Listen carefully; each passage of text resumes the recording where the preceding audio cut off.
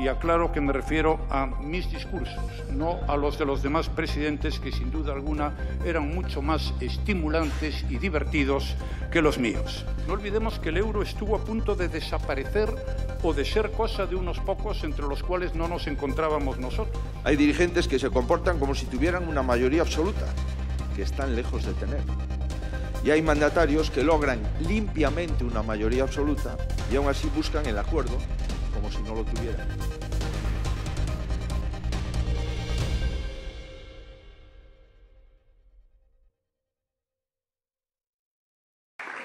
Muchísimas gracias, señor Pendas. Tiene ahora la palabra el señor Núñez Feijóo.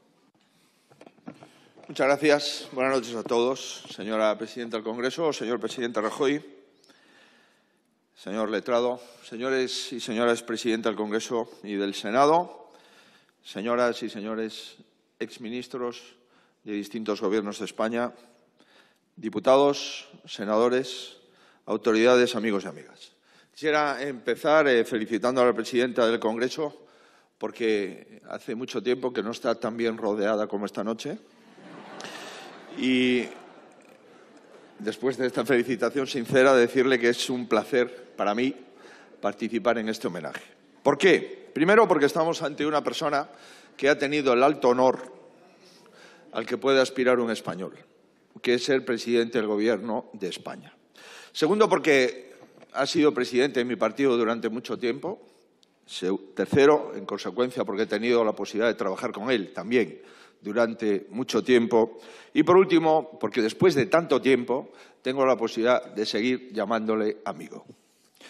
Mariano Rajoy, de él se han dicho muchas cosas y, como diría él mismo, incluso algunas buenas. Que es un gran conocedor de la Administración a todos sus niveles, que es un político, probablemente en el periodo democrático, que tiene más experiencia de gestión, que nadie lo discute, tiene un excelente sentido del humor, que es un gran apasionado de su país y que probablemente sea el político de todos los tiempos que más sabe de cualquier disciplina deportiva. Y como un experto y un académico en el deporte y especialmente en el fútbol, tengo que decir que después de muchos años de estudio ha concluido que los dos grandes equipos de fútbol de España son, por este orden, el Deportivo de La Coruña y el Real Madrid. Hoy celebramos una de sus mayores virtudes, que además engloba todas las demás. El presidente Rajoy ha sido uno de los mejores parlamentarios de nuestra democracia. Incluso aquellos que lo han sufrido pueden dar fe de ello. Suele considerarse que el hombre de Estado, para ser reconocido, tiene que pasar ya al otro mundo. Pero creo que no debería ser así. En España contamos con hombres de Estado que están vivos y presentes, a los que debemos de reconocer. Tengo además el orgullo que dos de esos hombres de Estado de la democracia española han sido presidentes de mi partido y presidentes de gobierno, el presidente Aznar y el presidente Rajoy. Y junto con Adolfo Suárez, con Leopoldo Calvo Sotelo y con Felipe González, forman parte de una alineación que merece estar en la historia de España. Pero, ¿qué es un hombre de Estado? Se preguntarán ustedes. Cada uno tendrá, obviamente, su respuesta, como es natural. La mía es que se trata de un político capaz de pensar en las próximas generaciones más que en las próximas elecciones. Y es un concepto bien socorrido, pero creo que sigue de actualidad. Un hombre de Estado es aquel que piensa más en servir que en servirse. Ya sé que suena raro en las actuales circunstancias que vive nuestro país, pensar más en servir que en servirse. Pero sin esa motivación no hay políticos de Estado, sino políticos que acaban siendo simples aventureros cuyo único mérito consiste en resistir a costa de lo que sea, a costa de su propio país. La política, como los automóviles, requieren luces cortas y luces largas. Junto al día a día, a veces, el minuto a minuto, debe tenerse una perspectiva para saber bien dónde se va. El político que no sabe a dónde va nunca será capaz de ir a ningún sitio, porque no va, lo llevan. Si ese político desnortado y a merced de los acontecimientos resulta que está al frente de un país, ese país está condenado a la decadencia y a la irrelevancia. El presidente Rajoy hizo una política para adultos, es una expresión suya. Al decir esto hay que salir al paso de una interpretación equivocada del significado. Una política adulta no es una política aburrida, no es una política meramente tecnocrática, sino una política responsable. Mariano Rajoy es la antítesis de la frivolidad, pero a su vez es sinónimo de ironía, de cultura, de buenas maneras, en definitiva, un político educado. Lo demostró sobradamente en sus entradas y salidas, como decía el letrado, en sus victorias y en sus derrotas, en sus llegadas y en sus despedidas. Son virtudes que se evidencian en las piezas oratorias que hoy presentamos. En ellas parece latir una preocupación que honra a su autor, que es contribuir al sosiego. Rajoy fue un gran parlamentario porque fue un gran orador y también, sobre todo, porque respetó al Parlamento. Hay dirigentes que se comportan como si tuvieran una mayoría absoluta, que están lejos de tener. Y hay mandatarios que logran limpiamente una mayoría absoluta y aún así buscan el acuerdo como si no lo tuvieran. Hay políticos que reivindican la legitimidad de la Cámara y sus mayorías solo cuando les favorece. Incluso se vanaglorian de gobernar sin el Parlamento. Y hay otros que aceptan todas las mayorías, también aquellas mayorías que le trataron de forma injusta. Hay políticos que malversan el poder legislativo con trucos y con decretos ómnibus que mezclan pensiones con 50 cosas más y un regalo en París. Y hay políticos que saben diferenciar entre trabajar para los españoles y pagar los favores a los socios. Por si el Gobierno necesita que se le explique mejor, el grupo parlamentario al que pertenezco está y seguirá estando siempre a favor de subir las pensiones, pero no a favor de regalar inmuebles en el centro de París. Ha estado y está a favor de las ayudas al transporte, pero no a que nos suban los impuestos a la luz o a los alimentos. Y ha estado y está a favor de las ayudas a Valencia, pero no a favor de proteger a los ocupas. Si lo que le preocupan son los españoles, estoy seguro de que esto lo solucionamos en 2 tardes. Son 2 modelos muy diferentes que responden a un talante muy personal y muy distinto. De un lado, el político irresponsable e inseguro, que se ocupa de destruir, de romper y de enfrentar, y de otro, pues Mariano Rajoy, que es capaz de construir y armonizar. Lo decía el letrado, la gestión de la crisis del año 2011 y siguientes. Evitar la intervención de España. La sucesión en la jefatura del Estado y el desafío independentista forman parte de su currículum. Ninguno de estos hitos y otros igualmente relevantes hubiesen tenido en su día un desenlace feliz sin tener de presidente de Gobierno al presidente Rajoy. Hizo lo que propugnó en su día el presidente Suárez como guía de la transición, hacer políticamente normal lo que en la calle es normal. ¿Es lo que sucede en nuestros días? En mi opinión, no. ¿La mayoría de entonces y la de ahora se parecen en lo sustancial? En mi opinión, sí. Entonces existía un gobierno respetuoso con el talante mayoritario de los españoles. Ahora, en mi opinión, no. En ocasiones da la impresión de que desde el Gobierno se quiere convencer a la gente de que la política normal es la basada en el sobresalto, en el desafío y en la falta de respeto institucional. No es verdad. No. Es todo lo contrario. Durante muchos años, el ejercicio de la política en España fue muy diferente. Hoy mismo, en la mayoría de las comunidades autónomas y en los ayuntamientos de España, la política es muy diferente. La sensatez existió siempre y sigue existiendo ahora. Me pregunto, ¿cómo sería nuestra nación en la actualidad si estas políticas autonómicas y locales sensatas no sirvieran de contrapeso al caos cotidiano de la política gubernamental? Alguien podría pensar que esta magnífica colección de discursos del presidente Rajoy nos trae los ecos del pasado. Les aseguro que no. Aquí están los ecos del futuro. En este futuro que tarde o temprano abrirá la España de la cordura, estos textos serán un ingrediente fundamental. La egolatría imperante y los despropósitos habituales son perecederos, dañinos, son lesivos para la convivencia, son destructivos, pero insisto, son perecederos. En cambio, la política dictada por un hombre de Estado nunca pasa de moda. El presidente Rajoy fue y es un hombre de Estado. No son estos discursos para dormir, ni tampoco para subir la tensión. Están dictados por el sentido común y por el patriotismo indelegable en la presidencia del Gobierno. Sin ellos, la democracia estará coja.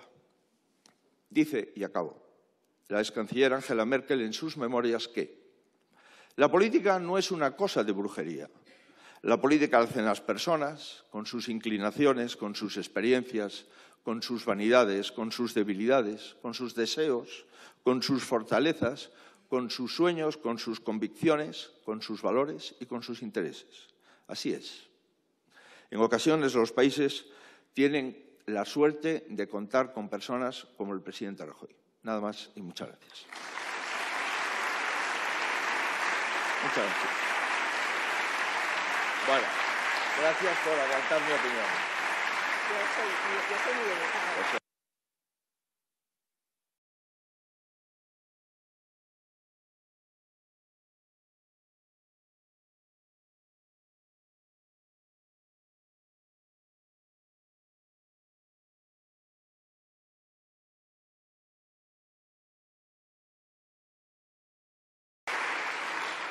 Muchas gracias, señor Núñez Feijóo. Damos ahora la palabra al protagonista de este acto y de esta tarde, señor Rajoy, cuando usted quiera. Señora presidenta del Congreso de los Diputados, Francina Armengol, señor líder de la oposición, Alberto Núñez Feijóo, señoras y señores, queridas amigas y amigos, a todos muchísimas gracias por su asistencia. Me honra y me honra mucho ver las caras que hay hoy aquí. Créanme que me emociona. Muchísimas gracias por estar hoy aquí. Gracias de manera muy especial a la presidenta del Congreso por acogernos hoy aquí, por acompañarnos en este acto.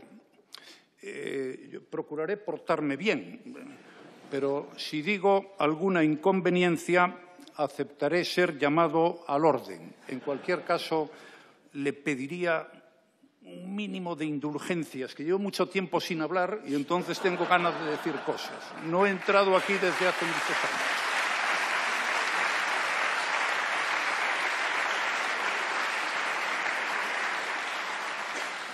Gracias también al presidente de mi partido, Alberto Núñez Feijóo. Su presencia para mí es muy importante. Agradezco mucho sus palabras, como ustedes habrán percibido, son producto de su generosidad y de la amistad que profesamos y que ya data desde hace muchos años.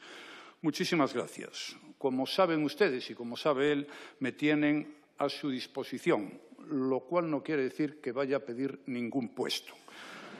Y, por supuesto, muchas gracias a Benigno Pendás, un hombre culto, inteligente, persona seria, hoy presidente de la Real Academia de Ciencias Morales y Políticas y persona con la que tuve ocasión de trabajar en distintas ocasiones a lo largo de mi vida. La primera vez fue en 1999. Yo era ministro de Educación, Cultura y Deportes y Benigno Pendás era el director general de Bellas Artes. Hace ya más de un cuarto de siglo que se dice pronto y que ahora transcurre más rápido que antes. Gracias también al Congreso de los Diputados por editar este texto. La idea original era publicar todos los discursos pronunciados en esta Cámara por quienes tuvimos la responsabilidad de ejercer la presidencia del Gobierno y también fueron presidentes de las Cortes. Yo tuve el atrevimiento de hacer una enmienda parcial a esta idea porque me parecía que publicar todos los discursos de los presidentes del Gobierno pues, era demasiado. Aquello podía resultar un poco pesado. y aclaro que me refiero a mis discursos, no a los de los demás presidentes, que sin duda alguna eran mucho más estimulantes y divertidos que los míos. Así que, como yo pensaba que publicar todos no tenía demasiado sentido, propuse que en el texto se recogieran tan solo unos pocos discursos elegidos por los distintos presidentes y que esos fueran precedidos de un prólogo en el que una personalidad relevante explicara el contexto existente en España cuando fueron pronunciados los discursos y que fueran seguidos de un epílogo en el cual cada presidente, en este caso yo, pudiera afirmar, hasta ahí podíamos llegar, lo que estimara oportuno y conveniente. Tuve suerte y me aceptaron la propuesta y doy las gracias. Así hoy tenemos un prólogo, algunos discursos, por suerte para todos ustedes, no todos, y un epílogo. El prólogo, al menos en mi caso, es casi una tercera parte del libro. Insisto, agradezco mucho a Benigno Pendás que haya aceptado esta encomienda. Pendás ha llevado a cabo un pequeño resumen de lo que ocurrió en España en aquellos momentos cuando yo pronunciaba los discursos que se recogen aquí. Es una historia muy breve de unos años que son muy recientes y pienso que es una aportación objetiva, así lo pienso, sobre lo que sucedió entonces. Es verdad que Benigno Pendás no me deja quedar en mal lugar, pero es que yo tampoco me lo merecía. Por eso digo que también es una aportación objetiva.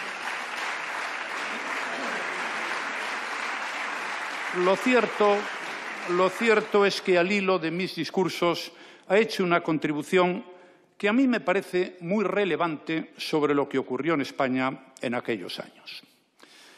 La segunda parte del libro la conforman algunos de los muchos discursos que pronuncié siendo presidente del Gobierno en esta Cámara. He elegido los que me parecían de mayor interés. Unos lo eran por la importancia intrínseca de las cuestiones que en ellos se abordaban, los discursos económicos. En aquel momento la prioridad aquí era afrontar y superar la grave crisis económica que vivíamos. También presté atención en mis intervenciones y he recogido en el libro lo que sucedía en Europa. No olvidemos que el euro estuvo a punto de desaparecer o de ser cosa de unos pocos, entre los cuales no nos encontrábamos nosotros. De igual manera, me han parecido que mis intervenciones sobre lo que aconteció en Cataluña o la sucesión en la jefatura del Estado, pues debían plasmarse aquí, y así lo hice. Otros discursos los escogí no tanto por su contenido, que también eran importantes, sino por su significado político y por las consecuencias de las votaciones que se produjeron tras los mismos. Por eso incorporé mis alocuciones en los debates de investidura, algunas en los debates del Estado de la Nación y todas las mociones de censura. En suma, en esta segunda parte reuní los discursos que pronuncié en el Parlamento y que a mí me parecieron de mayor interés. Y la tercera parte, la última, el epílogo, es más subjetiva, que no quiere decir más crítica, que no lo es. ¿Para qué? Allí, en el epílogo, explico mi visión sobre el Parlamento, institución a la que siempre tuve el máximo respeto, sobre la gobernanza, apunto, quizá demasiado presuntuoso por mi parte, pero bueno, tampoco molesto a nadie, apunto, digo, algunas pautas de comportamiento que son muy deseables y dedico la última parte y pongo un énfasis especial en el epílogo en las cuestiones que más me ocuparon como presidente del Gobierno, fundamentalmente la economía, los problemas en Cataluña, la sucesión en la jefatura del Estado y algún otro. Permítame ahora que, con la brevedad debida, haga una referencia a algunas de las opiniones que manifesté entonces, insisto, entonces, no ahora, sobre lo que pasaba en aquel momento en España. Insisto en utilizar el término entonces porque este es un libro de un tiempo, el transcurrido desde finales de 2011 hasta mediados de 2018. No pretendía adelantar ningún futuro y no era ese el objetivo. Algunos apuntes. El último discurso que pronuncié en esta Cámara es también el último que se recoge en este texto. Luego ya no me dejaron pronunciar más. Este fue el discurso que pronuncié con ocasión de la moción de censura que me apartó de la presidencia del Gobierno. Y tengo que decirles que me resultó de gran interés el volver a leerlo unos años después. Debieran leerlo. La moción de censura la defendió en el Parlamento un señor diputado. Recuerdo que el principal argumento utilizado por el no mencionado señor diputado fue la corrupción del Gobierno. Y el instrumento de que se sirvió para hacer tal información fue, en palabras pronunciadas por quien les habla en su momento, es decir, en 2018, la interpretación libre, interesada y manipulada de una sentencia judicial.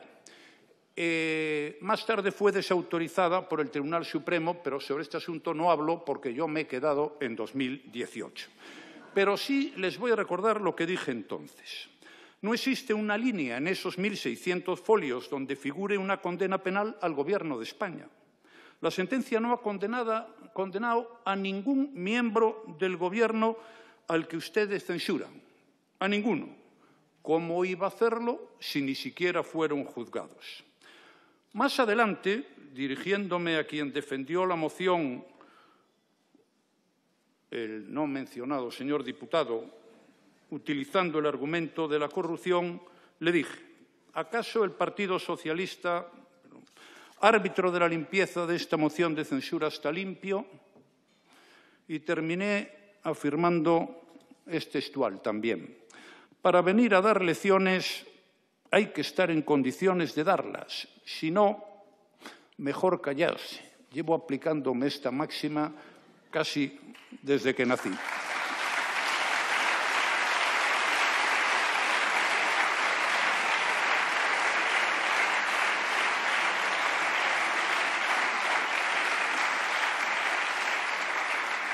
El no mencionado señor diputado era el señor Ábalos Meco.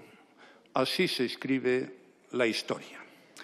De lo que sucedió después de ese debate fin de mayo de 2018, pues no se ocupa este libro, como ya he dicho en varias ocasiones. Y, por tanto, nada digo. Si acaso, recomendarles una vez más que le echen una ojeada a aquel curioso debate. Vamos ahora a otras cuestiones. En el volumen que nos reúne hoy aquí hay muchísimas referencias a la economía española de entonces. Fue, sin duda, como ustedes a buen seguro recuerdan, la cuestión que marcó los primeros años de mi mandato como presidente del Gobierno. A finales del año 2011, España estaba en recesión. La tasa de paro rozaba el 23% de la población activa. El número de desempleados se había incrementado en 3.400.000 personas y el de cotizantes a la Seguridad Social había descendido en 2.150.000. No les canso más, ustedes no son merecedores de que yo les martille con esta suerte de desagradables noticias. Tan solo quiero recordarlos que aquello no se había producido porque sí, y que hay buenas políticas económicas y hay otras que no son tan buenas. Y disparar el déficit y la deuda, generar problemas de competitividad, provocar la quiebra de parte del sistema financiero, pues no podía producir efectos distintos a los que tuvieron lugar. Y si a esto le añadimos los problemas de la prima de riesgo a la que se refirió Benigno Pendas en su intervención, la amenaza y la pesadez del rescate europeo y la actitud timorata del Banco Central Europeo, pues convendrán ustedes que había que debatir sobre todo esto y tomar medidas con urgencia. Hay varios discursos en los que se abordan estos hechos y también la política económica llevada a cabo. Fundamentalmente consistió en reducir el déficit público y hacer un sinfín de reformas estructurales que, tengo que decir, sirvieron para darle la vuelta a la situación. Creo que no exagero si digo que recuperamos la credibilidad y la confianza perdidas, nos libramos del rescate y yo pude decir más adelante en el Parlamento lo que sigue. Cuando asumí por primera vez la presidencia del Gobierno de España, se destruían cada día 1.400 empleos. Y hoy, cada día encuentran trabajo más de 1.400 personas. Sencillamente, señorías, se ha invertido la situación para bien. Se ha dado la vuelta completamente a la tendencia. También pude afirmar que España sigue siendo el país que más crece de entre las grandes economías desarrolladas. Lo fue el año pasado, lo será este año y todas las previsiones apunten a que también lo será el año próximo. Eso y más cosas dije sobre la situación de la economía, sobre lo que hicimos y sobre los resultados. Tengo que decir que sobre este asunto, no sobre otros, nadie me contradijo. Señoras y señores, si la economía fue lo que más me ocupó en los primeros años de mi mandato, y por eso hubo muchos discursos sobre ello, en la última parte era la situación política en Cataluña la que nos obligó a todos a debatir en el Parlamento esa materia. En mis intervenciones aquí reunidas defendí la unidad de la nación española, la Constitución, la transición española y la soberanía nacional. Tuve que decirle a un avezado diputado que hoy ya no está en esta Cámara y me planteó una moción de censura, partidario en aquel momento, no sé si hoy también, del llamado derecho a decidir, lo siguiente. ¿Todos los españoles tienen derecho a decidir sobre lo que quieren sea su país o, por el contrario, unos cuantos españoles deciden y el resto acepta? Y, por supuesto, afirmé la obligación de los gobernantes de defender por encima de todo el imperio de la ley y el Estado de Derecho, porque, como ustedes saben, la vulneración de todos estos principios, que son los básicos de la Constitución española y de cualquier constitución democrática, las propias de las democracias liberales, esto dio lugar a la aplicación del artículo 155 de la Constitución y la disolución del Gobierno de Cataluña. De las opiniones que hubo sobre esta decisión, pues podíamos estar hablando horas. Probablemente hubiera tantas como una por español. Había que haberlo hecho antes, había que haberlo hecho de esta manera, tenía que dudar, pero al final las decisiones las tiene que tomar aquel que tiene que tomar las decisiones. Y en cualquier caso, les diré una cosa. Lo más importante del artículo 155 y de su aplicación es que hoy todo el mundo sabe, todo el mundo, que la democracia española tiene instrumentos para defenderse de los ataques a la misma y, si es preciso, los usa. Esa es la lección y el efecto más importante de la aplicación del artículo 155.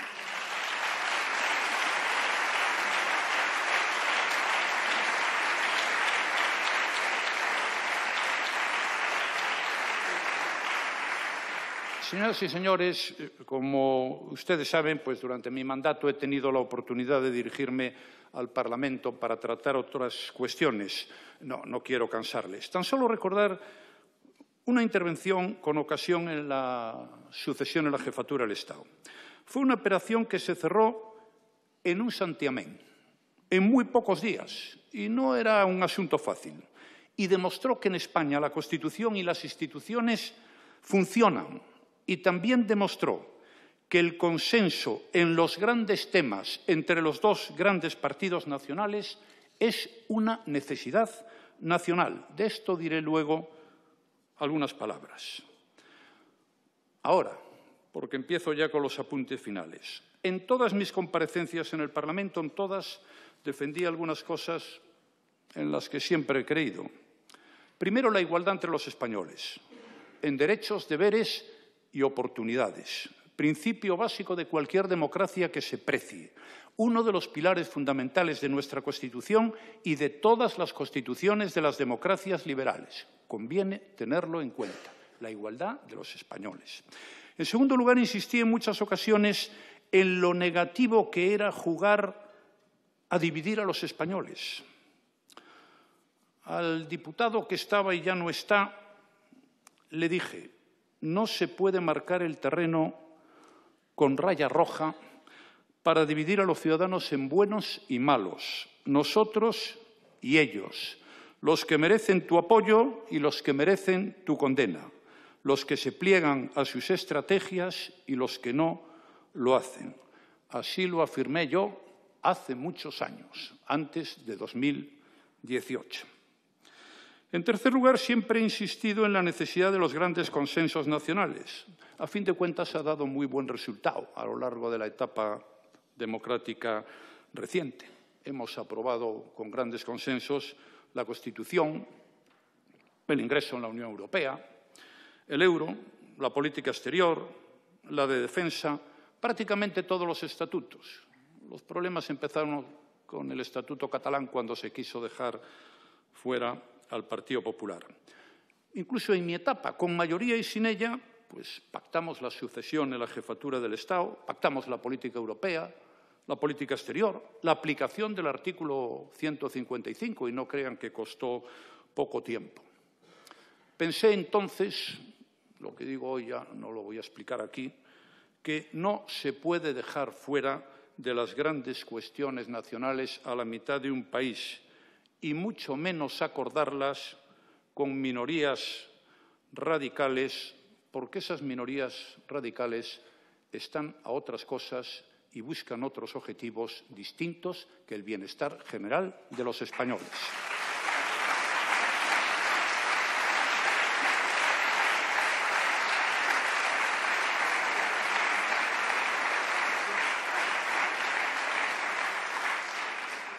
Ya estoy terminando, no se preocupen ustedes.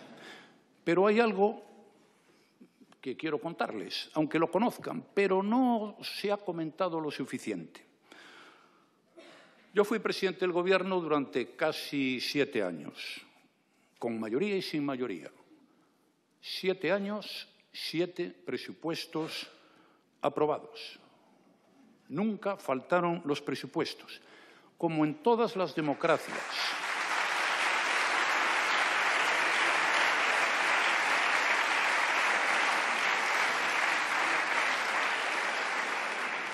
Y cuando no es posible su aprobación, toca disolver. Y no pasa nada. Siempre se hizo así y se hizo en todas partes. Y lo acabamos de ver recientemente en algún país europeo. Insisto, eso era lo que yo pensaba antes de 2018, que es a lo que me estoy refiriendo. Ya el último apunte.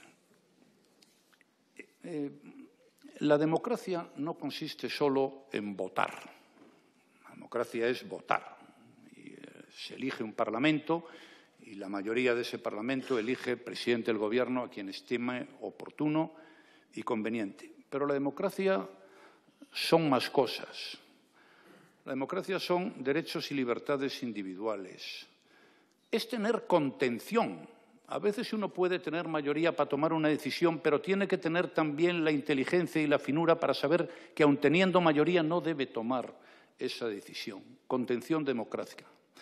La democracia es tener claro que no hay nada por encima de la ley y que la ley obliga a todos, a los 48 millones de españoles, a los que gobiernan, a los que no gobiernan, a los que están en el Gobierno y a los que están en la oposición.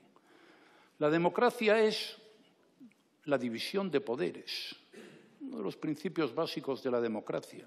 Es la independencia judicial. Cualquier paso que se dé en contra de la división de poderes o en contra de la independencia judicial es, sin duda alguna, una pésima noticia para las democracias. Lo dije entonces porque es lo que pensaba entonces.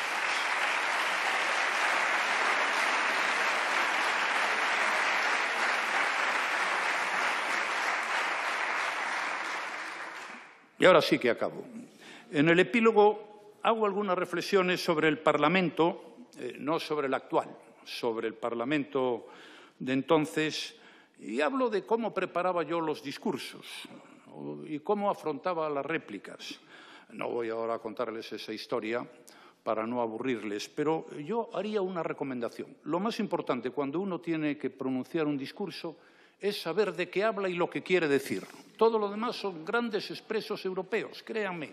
Voy a hablar de esto, me lo tengo que estudiar. Voy a decir esto, voy a ver cómo lo digo y cómo hago un esfuerzo para hacer eso que llaman titulares. Ahí no me hagan caso porque jamás he sido capaz de dar un solo titular. Era otro de los reproches que se me hacían habitualmente. ¿Qué le vamos a hacer? Y también hago algunas recomendaciones en mi modesta opinión, claro, sobre algunas cosas que le vienen bien al gobernante. Perdón por ser tan presuntuoso. La primera recomendación es atender a la realidad. Siempre cito una frase de Ortega: la realidad ignorada siempre prepara su venganza. Y es verdad. Por tanto, atender a la realidad. Huir de las ensoñaciones. Hay que actuar con equilibrio físico y mental. Cuidado con las ensoñaciones. Fijar objetivos alcanzables.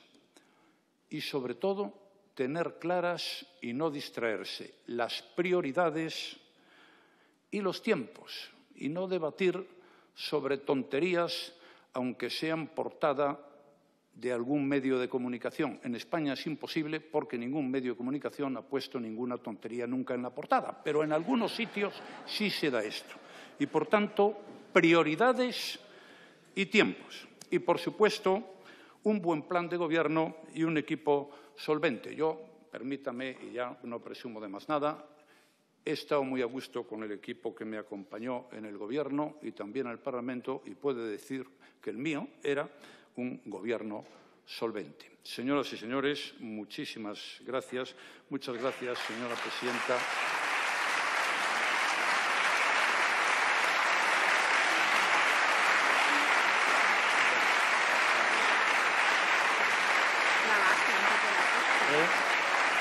Antes de las 8.